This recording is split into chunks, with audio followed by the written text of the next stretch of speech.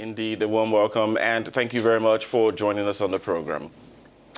And now, West African ministers have met to search for solutions to regional powerhouse Nigeria's shock decision to close its borders last August in order to curb smuggling. The Economic Community of West African States, ECOWAS, has been at loggerheads with Nigeria since Africa's largest economy shut its land frontiers with Niger and Benin so as to curb smuggling of rice and other commodities. Ruth. Eh bien, Jerry, cette situation est préoccupante selon That's right, Jerry. This situation is certainly worrying, according to Salou Jibo, the chairman of the task force on the free movement of people and goods. But there are simpler and easier solutions that could be implemented, he said. He cites, for example, the deployment of the National Biometric Identity Card, which will provide a large number of citizens with a simple travel document at a reduced cost, which would increase secure mobility and reduce hassles at the borders and on ECOWAS roads. It would also reassure Nigeria about security and human trafficking issues. The participants in the meeting of Integration and Trade Ministers in Ouagadougou handed over the conclusions of their work to the president of Burkina Faso, who is responsible for forwarding it to his ECOWAS peers for validation, Jerry.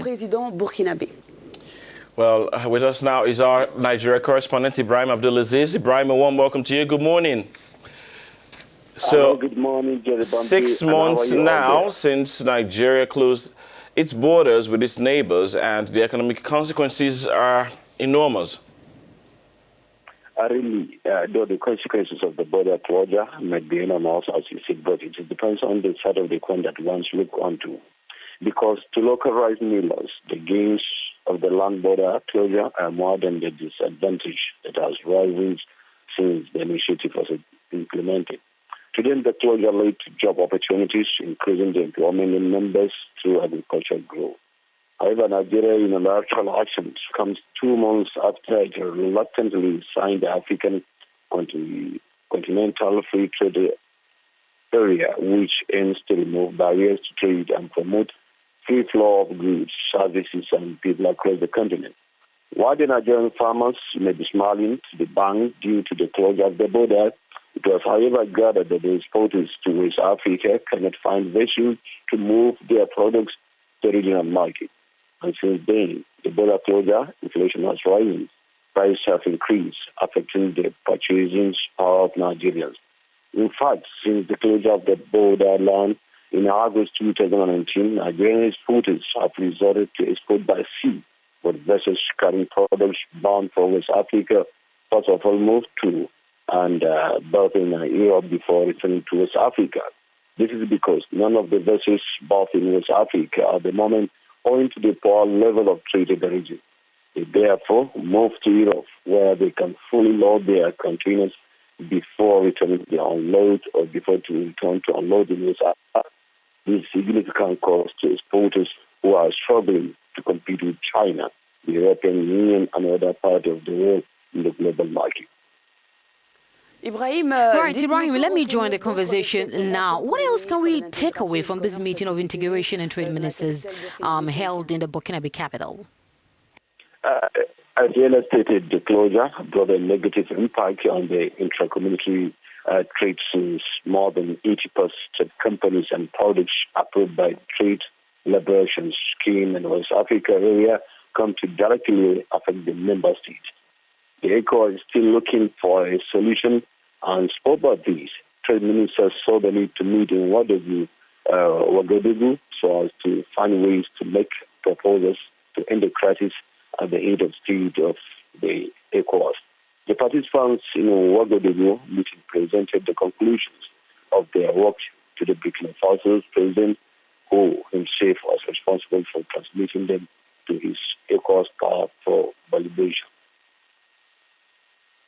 Ibrahim, I can imagine how important it is to have such kind of documentation or measures in light of the insecurity issues that are prevailing in the Sahel region. And in fact, the issue of smuggling, which Nigeria cites a specific reason for its closing, for the closure of its borders.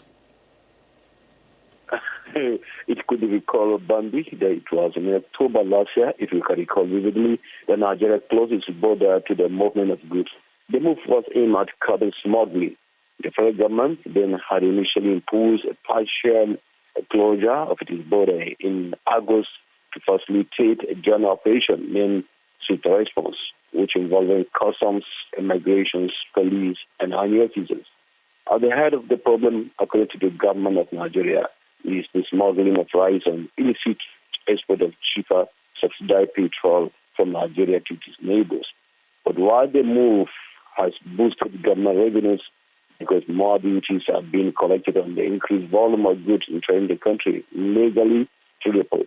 However, the fall in the supply of rice has led to food price inflation, which has impacted strongly on consumers.